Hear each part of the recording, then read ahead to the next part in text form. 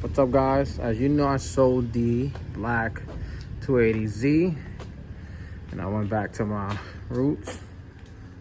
I got an EG Civic coupe. It is case swap. You know, I'm usually against all-wheel drive K-series transmission, which I'm gonna be installing. This is a core swap. I'm usually against starting anyone or taking anyone's project, but I caught a really good deal. I couldn't pass up on this.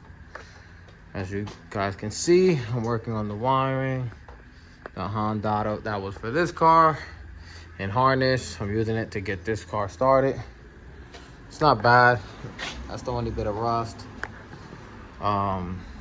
Got the fuel tank. Got the rear diff already installed. I'm missing the trailing arms. This one, rear trailing arms. What else? Drive shaft. But for the most part, it's not bad. Let me show you guys. Let me show you guys the. Obviously, it needs paint. But let me show you guys the driver's side. It has that rust right there, and a little bit right here behind the sticker. We all know what stickers mean on Hondas, but I'll address that. Obviously, I'm gonna make I think this is a SIC if I'm correct. If anybody has the passenger seat for sale, let me know. But I'm definitely going to make this a daily driver with some power. Right now, I don't think I'm gonna go turbo, but yeah, I just wanted to introduce you guys with my channel to the new swap.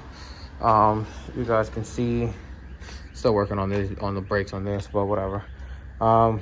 It's been a long haul. Took out this harness that was not really running.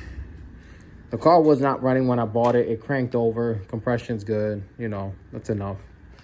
But I definitely caught a good deal for the 95 EG Civic DX.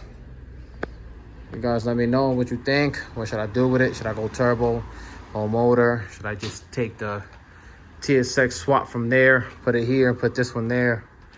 So let me know, guys.